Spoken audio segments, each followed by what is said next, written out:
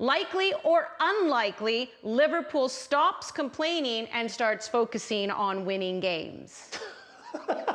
Unlikely. They're not changing their ways. They win one Premier League title and they think they can bully around everyone else and think they're better than everyone else and start whining like a bunch of spoiled prats. Listen, this 5 substitute rule that Klopp keeps on complaining about, at least 9 or 10 other Premier League clubs have gone on record saying they don't want 5 substitutes, so he's trying to be a bully there. He blamed the interviewer, Des Kelly, for James Milner picking up a hamstring injury because it's apparently the reporter's fault that the game was played at 12:30, not minding the facts that the Premier League allows the broadcasters to pick certain time slots, and BT Sport, who airs a 12:30 p.m. local game, pays over $9 million per broadcast, and now they're picking on VAR. James Milner says no more VAR, is taking the joy out of the game. Well, they're not complaining earlier in the season when Mo Salah is not found to go on a dive against Matsuaku of West Ham, or last year against Man City, the Trent Alexander-Arnold handball, or the Mahrez goal called back, or against Wolves last year, Neto's goal being called back.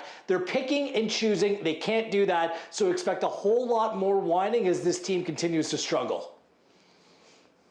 Yeah, I actually agree with James Milner on VAR, as we can maybe get into on another show, that little topic. But I know, as much as I like Jurgen Klopp, I can't really overstate how silly an idea it is that the broadcaster should be thinking about fixture congestion and tiredness when it comes to selecting which matches they want to put on their channel. You know, could you imagine the conflict of interests and the potential controversies that could arise if one team got treated a certain way and maybe got an extra day's rest and another team didn't later on in the season?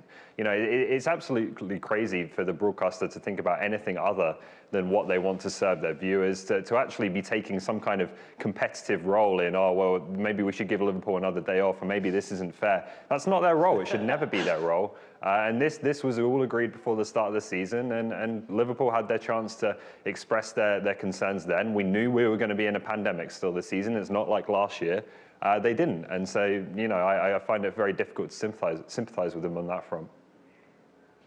Ooh, VAR, that still makes a lot of people prickly. I think we have to dedicate a whole show to that another time. But before we get into the next one, Jose Mourinho seems to have a wee bit of an obsession with the equine community. Have a listen. We are not even in the race, so we are not a horse. You know, I don't know the word in English, but the young horses. A what? Pony. A pony. We are just a pony, you know. And you see the difference. Joe Rodon was playing for Swansea. Thiago Silva was, for many, many years, and he still is, one of the best centre-backs in the world. And maybe 1 month of Thiago's salary pays Joe 1 year's salary.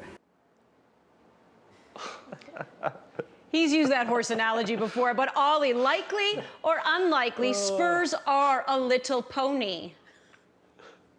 Well, firstly, he has used that analogy before, talking about his Chelsea team in 2014. So I like that it's taken him 6 years to finally find out the word pony instead of little horse. But no, I actually think this is likely, and I think as much as this may be some mind games on Mourinho's part to take the pressure off his team, he's right. They are just a little horse, and anyone who says otherwise has a very short memory to last season when this team was way off the pace. There was something like 40 points behind Liverpool in the Premier League title race. They had all kinds of questions over Harry Kane's fitness, and Ndombele was looking like a flop. It's all completely flipped. It's been remarkable how quickly it's flipped, and they are in the title race now. But yes, coming into this season, they definitely were a little horse or a pony or whatever you want to call them. It's unlikely they're a pony. By the way, I love Mourinho, though. Any team with Son and Kane leading the line aren't a little pony. A club that's willing to spend $1 billion on a new stadium is not a little pony. They've taken 7 points from combined City, United, and Chelsea on this season. That is not little pony material. They actually play a little pony this weekend in the North London Derby. Arsenal are the little pony now, not Spurs.